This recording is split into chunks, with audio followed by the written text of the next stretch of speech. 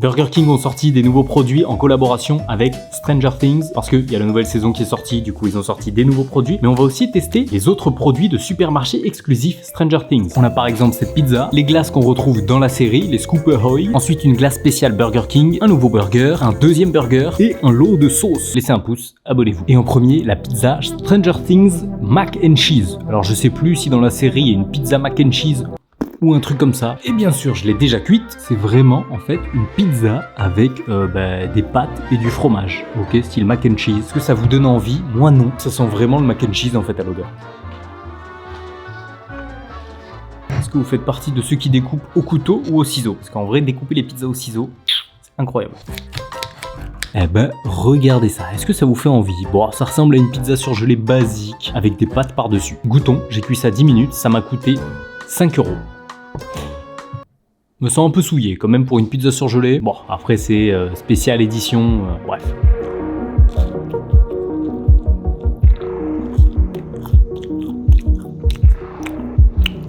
Alors c'est assez rigolo. En fait, la base de la pizza avec la tomate et cette base de pâte fromage, en gros, c'est comme si ça se dissocie. Alors la base de la pâte est pas mauvaise, c'est une pizza surgelée, c'est pas mauvais, ça passe. Par contre, les pâtes au-dessus, il y a une touche d'oignon, de fromage, pas excellent. Les pâtes, elles sont un peu caoutchouteuses.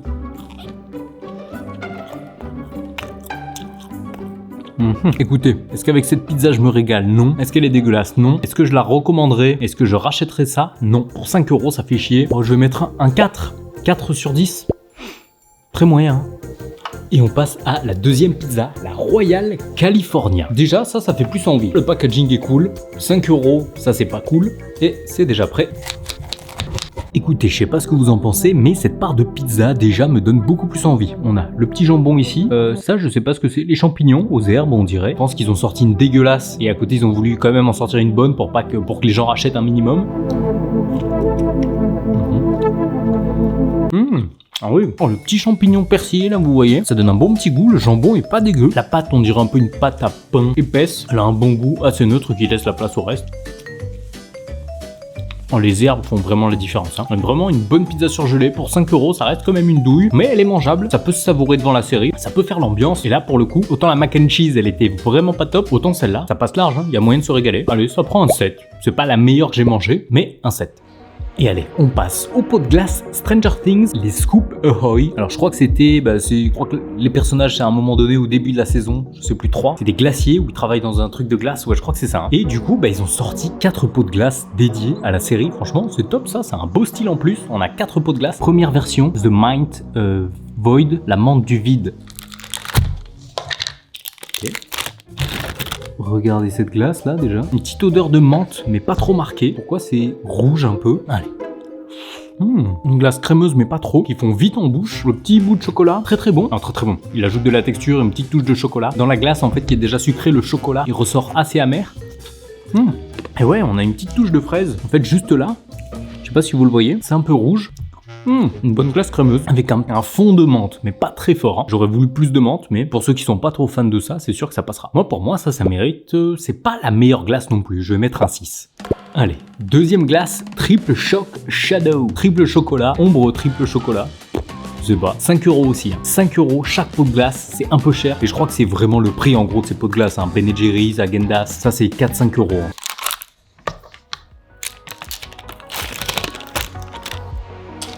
Ok, comme vous le voyez, une glace full chocolat. Du coup, c'est vraiment triple chocolat.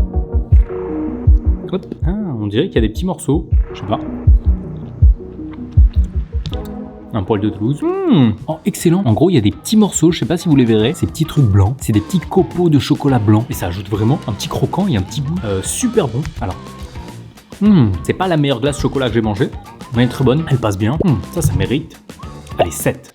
Troisième glace, toujours 5 €, mais cette fois, Strawberry, j'ai pas lu, Starcourt Strawberry Cheesecake. Starcourt, je crois que c'est un endroit dans la série, un truc comme ça. Cheesecake à la fraise en tout cas. Et regardez ça, une glace, ça ressemble à de la glace quoi.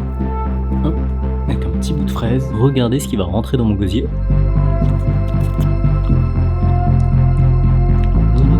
Regardez, il y a des petits morceaux de cheesecake, on le saisit par là. Et vraiment des petits morceaux de gâteau en fait. Un espèce de coulis de fraise, une glace vanille, pas très marquée en vanille mais crémeuse, plus laitière que vanillée en fait. Mais les petits bouts de cheesecake, franchement, ils font vraiment la différence, ils changent la texture. On ajoute un petit goût sablé, peut-être 8-9 sur celle-là, 8-9, truc comme ça. Quatrième et dernière glace, The Peanut Experiment, l'expérience cacahuète. J'aime bien dire cacahuète.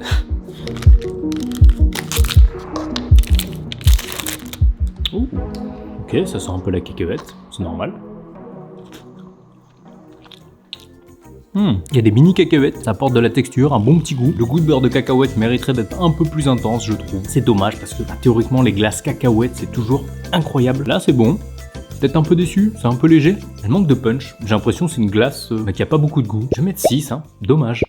Et on passe aux nouveautés Burger King. Regardez, ils ont sorti 2 nouveaux burgers, 2 sauces, pas de boisson, mais bon, il y a un petit packaging sympa, et des verres qu'on va tester. Mais avant, on va tester un premier burger. Et on commence avec le premier burger. Alors, vous allez voir, ça va être assez drôle, 2 burgers particuliers. Ok. Ouh, déjà ça sent bon. Après c'est du Burger King. Déjà visuellement, on est d'accord, ça fait envie. On a un poulet pané, on a je crois du cheddar, cornichon, oignon blanc, oignon fondant, une sauce, peut-être une sauce un peu particulière, je sais pas. Et rien en dessous. Et ça m'a coûté, je sais plus, en menu M, je crois 12 € et quelques. En fait, ce qu'il y a de particulier, c'est qu'il y a une sauce à base de sirop d'érable. Je sais pas s'ils sont québécois dans Stranger Things, mais apparemment il y a du sirop d'érable. Je sais pas, ou peut-être il y a un personnage fan de sirop d'érable. Je sais pas, ça se passe au Canada. Bref. Wow, vous avez entendu ma mâchoire comme elle a craqué?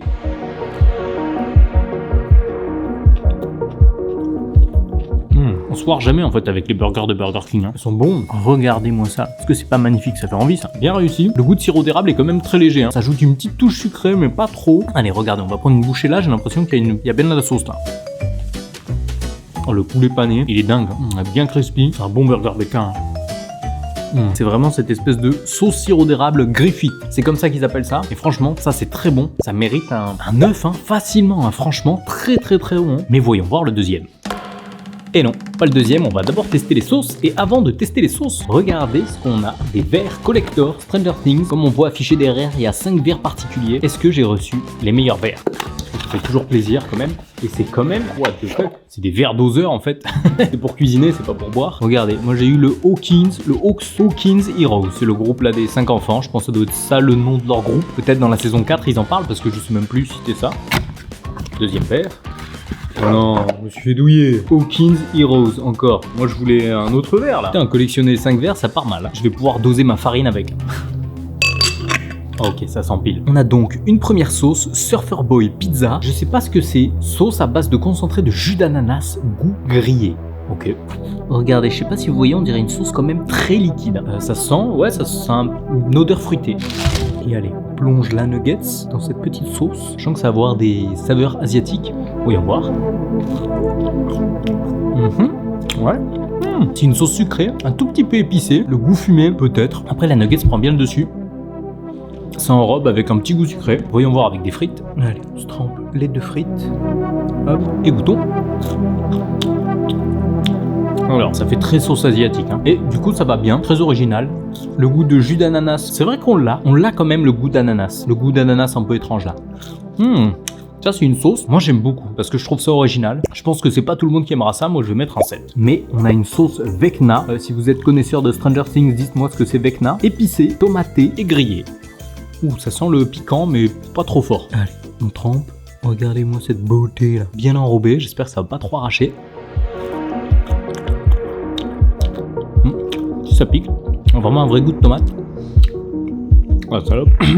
Ouais, ça prend un peu la gorge. Niveau piquant, 5 sur 10, mais si on n'est pas habitué, ça arrache la gueule. On sent bien que ça pique la langue. Je vais pas regoûter, j'ai pas envie de m'arracher l'anus avec cette sauce Vecna. Et même, elle est bonne, mais c'est pas la meilleure sauce piquante. Je sais pas, on dirait une sauce piquante générique à la tomate, quoi.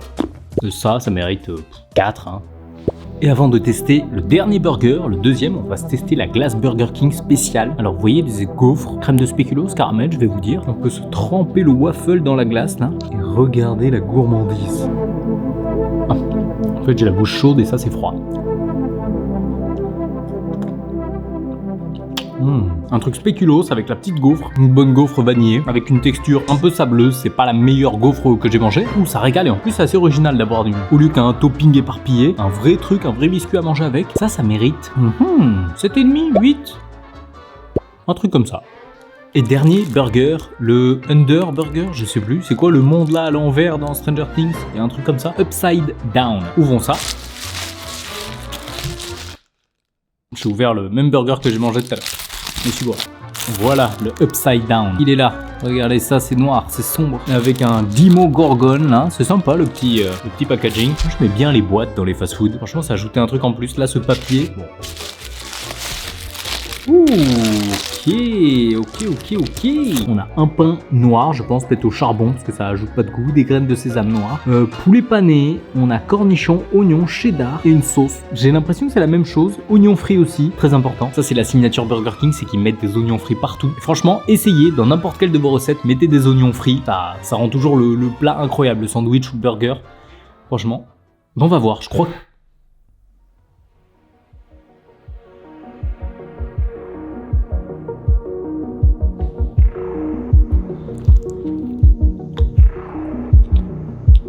Ah non mais ok. En fait je suis con. Je sais pas pourquoi je croyais que c'était du poulet pané. C'est un steak haché en fait. Je crois que c'est la même sauce. Il y a du bacon en plus. Je crois que l'autre il y avait pas. Généralement je vous avouerai que j'ai une petite préférence moi pour les poulets dans les fast-food. C'est plus croustillant, un meilleur goût. Allez, deuxième chance.